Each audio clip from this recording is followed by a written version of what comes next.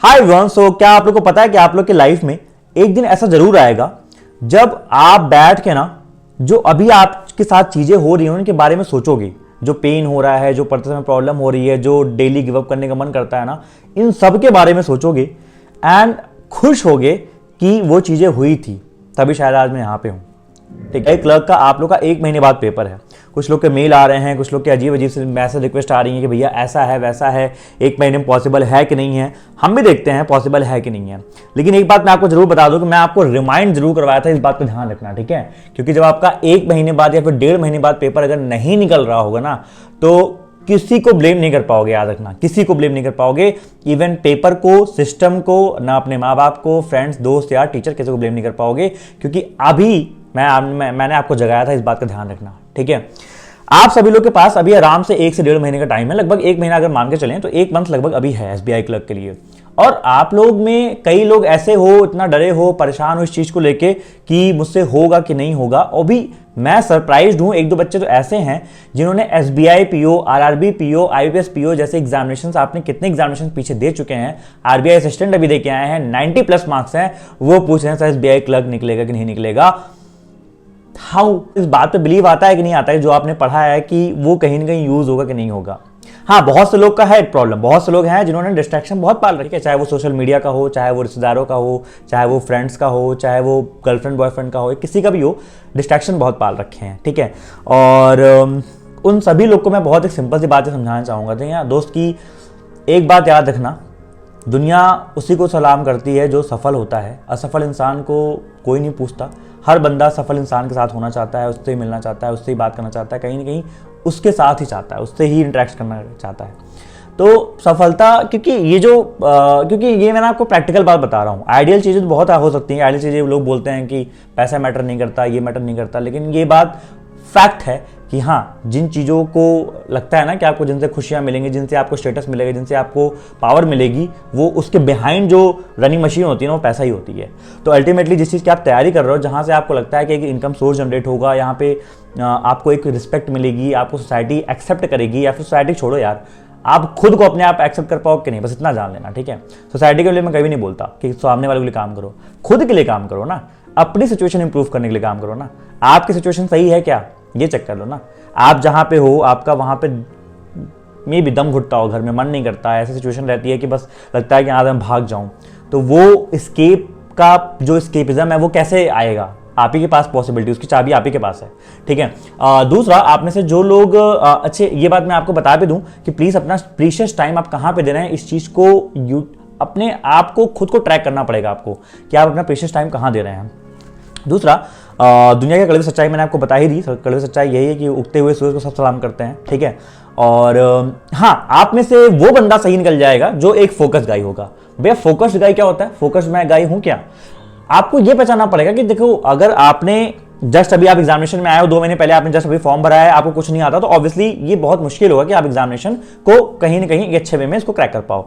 लेकिन अगर आप अभी साइकिल में थे, 5-6 महीना हो गया, 8-9 महीना हो गया, 1 साल हो गया, 1.5 साल हो गया, आपने पीछे बहुत सारे एग्जामिनेशन दिए हैं, उनसे कुछ ना कुछ गलतियां हुई हैं, किसी का प्री निकला है, किसी का नहीं निकला है, बहुत सारे फैक्टर, बहुत तरह के लोग होंगे, सबके साथ अलग अलग फैक्टर होंगे, लेकिन एक चीज कॉमन ये होगी ना, एक बहुत बढ़िया मुझे याद आता है कोट है, आई थिंक विंस्टन चर्चिल का, कि success is not final, failure is not fatal, the ultimate thing which counts is the courage to continue.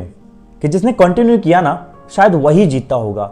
मैं पूरे साल बता रहा हूँ, ऐसे पता कहानियां बन जाती हैं। लास्ट ईयर एक स्टूडेंट थी जो हमारी, तो उसका जब एग्जामिनेशन निकला था, उसके पिछले ना बहुत सारे एग्जामिनेशन नहीं निकले थे, लेकिन फाइनली उसका एसबीआई क्लर्क निकला था। एंड आप मानोगे नहीं, वो मदर थी, हाउसवाइफ थी वो। ठीक है, उसके बाद भी जो है वो मैसेज करती है, सर ऐसा ऐसा है, कुछ पूछना हो तो पूछ लेती थी, तो मतलब कुछ भी था, तो उसको टाइम पे हम गाइड करते थे, बात करते रहते थे। लेकिन अल्टीमेटली जब उसका एग्जाम निकला ना, वो बिलीव नहीं कर पाए थे, सर मैं एग्जाम मैं निकाल सकती हूँ ना। तो कोई भी लड़की या लड़का जो घर में अकेला बैठ के सिर्फ तैयारी कर रहा है ना, वो तो डेफिनेटली निकाल सकता है सर। वो तो घर के सारे कोर्स किया करती थी, मतलब चोर्स जो भी होते किया करती थी, उसके अलावा सारी चीजें किया करती थी, उसके बाद भी उसने किया है। तो इट इज द करेक्ट कह रहा हूं, ultimately it is the courage to continue that counts. ये बात यहाँ पे ध्यान रखना कि आपको अभी करना ये है ना, अगले 1 महीने में अपने बस टारगेट्स को क्लियर रखो कि मुझे कितना कितना क्या है करना है। आपको पता होना चाहिए मोटा मोटा कि मैं अगले 3 दिन में 4 दिन में कैसी चीज़ों को प्लान आउट कर रहा हूँ। अगर 1 महीना बचा है, क्या मैं सिलेबस स्टार्टिंग से कर रहा हूँ या फिर मैं एक जो है रिपीटर गाई हूँ। तो मैंने रिपीटर स्टूडेंट के लिए बताया था कि कैसे आपकी स्ट्रैटेजी होनी चाहिए, मैं उस तरीके की चीज़ों को एग्जीक्यूट कर रहा हूँ नहीं कर रहा हूँ, या फिर अपने तरीके से भी एग्जीक्यूट कर रहा हूँ, बस बेहतर वे में उसको एग्जीक्यूशन आपको आना चाहिए। ठीक है, 1 महीने को अच्छे से यूटिलाइज करो जितना हो सकता है। प्री कर रहे हो, अगर प्री स्ट्रांग हो चुका है तो मेंस पे हल्का फुल्का फोकस करना स्टार्ट करो। जीए को बिल्कुल मत छोड़ो, जीए को साथ में लेके चलते रहो। क्वांट हो गया, क्वांट के आपके रेगुलर क्लासेस हो रही हैं, प्री के भी लेता हूं, मेंस की भी लेता हूं, आओ उनको अटेंड करो। रीजनिंग हो गया, उसके बाद रीजनिंग भी अपना पढ़ते रहो। साथ ही साथ अपना मॉक टेस्ट में ये चेक करते रहो कि आप अपना मॉक टेस्ट में कितना बढ़िया भी कर पा रहे हो। ये बहुत ज्यादा चीज भी मैटर करेगा ना, करने वाला है। ठीक है, ध्यान रखिए। आपके बल्कि आपके सराउंडिंग में जितनी चीजें हैं ना, जितना सबने करना था वो सबने कर दिया। इवन मुझसे जितना पार्ट होता है, मैंने आपको स्ट्रैटेजी दे दी, आपकी डेली क्लासेस ले रहा हूँ मैथमेटिक्स की, आप पढ़ो, सब कुछ आपके लिए रेडी है। लेकिन अल्टीमेटली जो बैटल होगा ना, वो आपको ही फाइट करना पड़ेगा। और करते रहो यार, करते रहो। ये तो छोटी मोटी जो चीज़ें हैं ना, यही एंड में याद आएंगे कि हाँ सर करते थे, मेहनत करते थे। मुझे एक छोटा सा अपना इंसिडेंस याद आता है कि जैसे मैं बताता हूँ, आप लोगों को कई बार बताया है कि 8:30-9 बजे तक जब मुझे निकलने का, ऑफिस लाइब्रेरी में मैं तैयारी करता था नोएडा में, तो लाइब्रेरी से निकलने का 8:30-9 बजे तक, मतलब जो मेरा रूममेट था उसका फ़ोन आ जाया करता था कि भाई बता, फिर वो आंटी खाना बना के चली गई हैं। वो आ जाया करता था अपना 7 बजे, फिर 8:30-9 बजे मुझे फ़ोन करता था कि भाई आजा रूम पे खाना खाते हैं। अब मेरे पास वहाँ पे चूंकि लगभग 8, 8:30, 9 बजे तक, वो भी ठंडी का टाइम था, दिसंबर का, तो सब निकल रहे होते थे।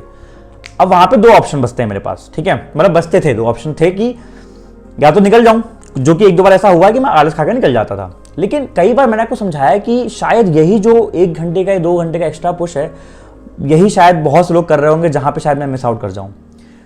मेरी पजल थोड़ा सा वीक थी, मैं पजल पे हल्का फुल्का काम करता था, अपनी स्पीड बढ़ा रहा था कि ठीक है यार, अभी मुझे शायद 4 मिनट लग रहे हैं, मुझे किसी भी तरह करके इसको 2.5 से 3 मिनट के अंदर लेके आना है प्री के लेवल की, अगर पजल है तो मैं क्या करता था कि मैं 1 घंटे बैठ के, चलो ठीक है ये 1 घंटे डिले करके मैं जाऊंगा तो क्या हो जाएगा, खाना ठंडा हो जाएगा, ठंडा गर्म खाने को गर्म करके खा लूंगा भाई, क्या दिक्कत है। अपना आराम से 1 घंटा बैठ के सेक्शनल मॉक हो गया या फिर फुल मॉक हो गया, मॉक लगा के तब जाया करता था। 10:30 बजे की बात होती थी, हेलमेट लगा के आराम से अपनी जो पुकपुकिया गाड़ी थी उस पर जाते थे। और ठंड में एक बस यही थॉट चलता था कि यार पता नहीं यार, जो कुछ होगा भी नहीं होगा, जो चल रहा है, फेलियर हो रहे हैं, उससे पहले 2 एग्जाम में फेल हो गए थे कि मतलब निकलेगा नहीं निकलेगा, मेहनत तो कर रहे हैं। लेकिन इतना मैं, एक होता ना कि इतना मैं अपने आप में दृढ़ था कि अपने आप को समझाता था कि विजय ठीक है कोई बात नहीं, तू मेहनत बस 100 में ना, 100 में 1% भी कम ना मत करियो, 99% भी मत करियो। कि जो तूने आज सोचा भी ना कि 8:30-9 बजे मैं निकल जाऊँ, ये मत करियो। तो अपना फुल 100% दे दो इस बार ना, अपना फुल 100% दे दो, जिससे नेक्स्ट टाइम से ना शिकायत न रह जाए कि मैंने अपना पूरा 100% नहीं दिया था और शायद इसलिए मेरा सिलेक्शन नहीं हुआ।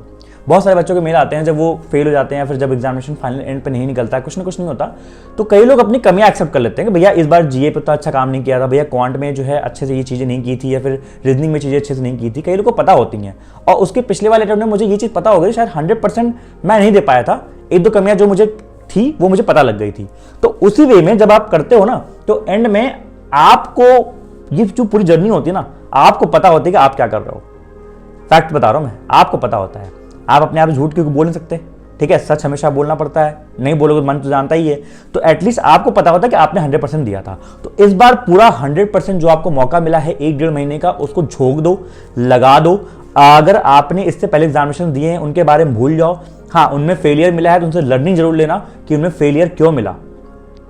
पेपर टफ आया था, इस चीज का बहाना मत मारना, टफ आया था वो सबके लिए टफ आया था, सब्जेक्टिव बातें होती हैं वो, कोई उसी में जो टफ पेपर था उसमें बच्चा निकाल के गया है, ठीक है, या फिर पेपर लंदी आया था, या फिर मुझे समझ में नहीं आया तो उसका निवारण है। हर चीज का एक सॉल्यूशन है, आप काम करिए, उस पर देखिए, लेकिन आपको पता होना चाहिए कि आपको अगले 1-1.5 महीने क्या करना है।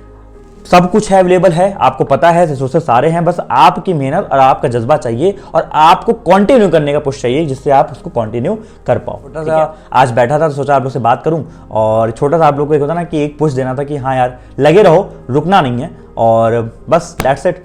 वीडियो बताना कैसा लगा कमेंट सेक्शन में, और अभी आपका सिचुएशन क्या है, और मुझे बस कमेंट करना कि अगर आप इतने पेसिमिस्टिक मैनिफेस्ट इस चीज़ को कर रहे हो कि नहीं कर रहे हो, कि भैया हाँ इस बार ना मैं निकाल दूंगा SBI क्लर्क, ये गारंटी है मेरी, ठीक है। वीडियो को लाइक कर देना, अच्छा लगे शेयर कर देना। बाय बाय, टेक केयर, ख्याल रखो।